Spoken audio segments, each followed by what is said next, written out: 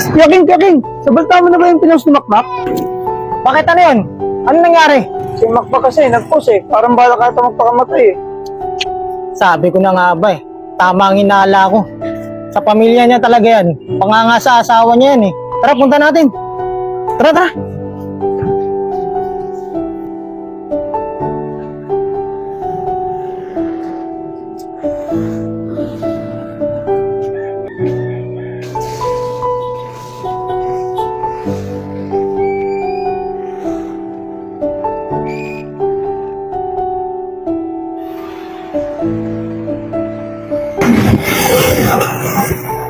Ang tagal ko na wala rito ah. Gusto na kaya yung mga tropa? Pampasya lang kaya? Ano bang problema ni itong motor na to? Parang ayaw ng sakit naman sa ulo na itong motor na to. Lagi na lang may sira. Uy, parang si Monji to ah. Oy Monji! Kamusta? Nakatime na siya. Uy, Boss King! Boss, kamusta? Anong balita? Ito, okay lang. Parang ang tagal mo na wala. Saan ka galing? Bakasyon kasi ako sa Baguio eh. Halos ilang buwan din ako nawala rito eh. Kamusta sana ako kung anong balita na rito sa Timbaw eh. Ganun ba? Parang ang tagal mo na nga nawala eh. Okay lang naman kami. Ito, buhay pa rin kahit papano. Tingnan mo si Makmak. Tulala na naman. Siguro may problema tong tao na to. Bakit, Boss King? Ano nangyari dyan? Parang siguro yan, problemado sa pamilya o kaya sa asawa. Yun lang. Yun ang mahirap dyan eh. Kausapin kaya natin. Tara, Boss King. Puntahan kaya natin.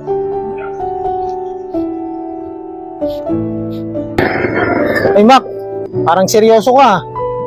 Oh, Kuya King. Hindi, ito, wala naman. Medyo may mga iniisip lang na bagay-bagay ngayon. Ganun ba? Kasi parang napapansin ka namin na lagi kang tulala eh. Hindi ba parang hindi ko alam kasi may problema ka ba? Oo nga pre. Parang napapansin namin malungkot ka. Hindi, pre, wala. Isip lang din ako kung paano ko makakagawa ng paraan sa mga dapat ko kasi kasuhin. Pero okay lang naman ako. Ganun ba? Sige. Concern lang naman kami sa'yo eh. Dito na kami. Sige, ingat kayo.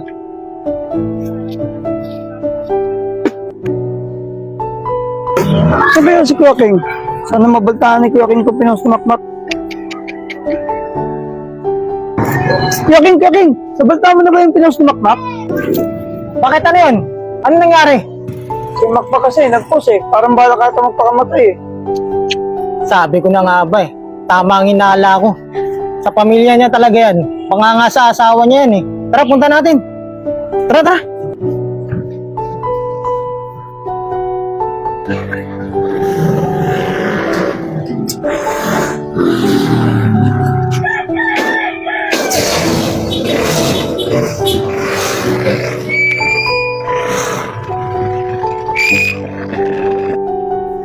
Sana nandiyan si Makmak para makausap natin.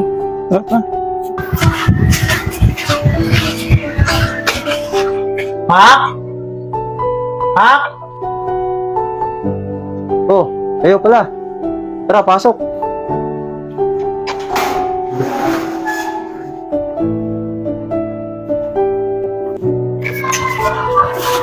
Tara, pasok.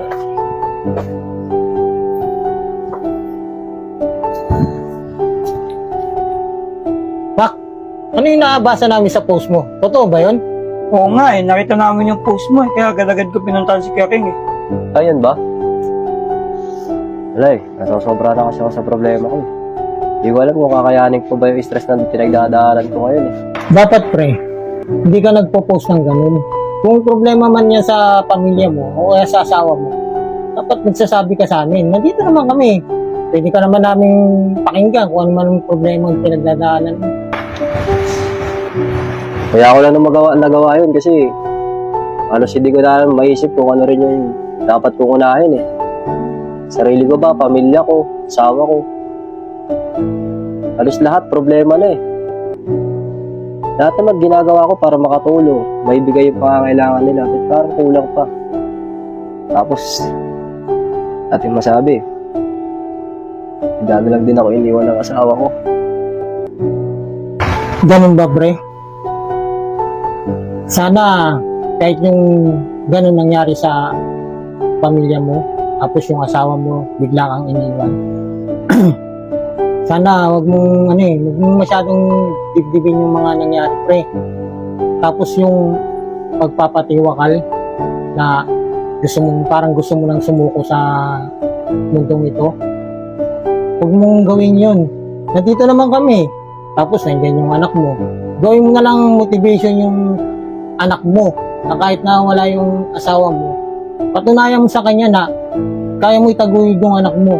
Tapos kung ano man yung problema na dumating pa, kung magkaayos kayo ng asawa mo, huwag mo kakalimutan na meron tayong Diyos na lagi nakagabay sa atin. Tapos lahat ng gagawin mong desisyon, tatawag ka sa Kanya.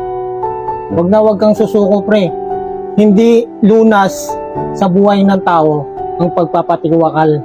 Lahat ng problema na binigay ng Diyos, merong kasagutan yan. Kaya, huwag kang mag-alala, pre. Nandito kami ng kaibigan mo. Handa kaming dumamay sa'yo. Ano man ang mangyari, kasama mo kami. Kahit anong problema pa yan. Huwag kang mag-alala, pre.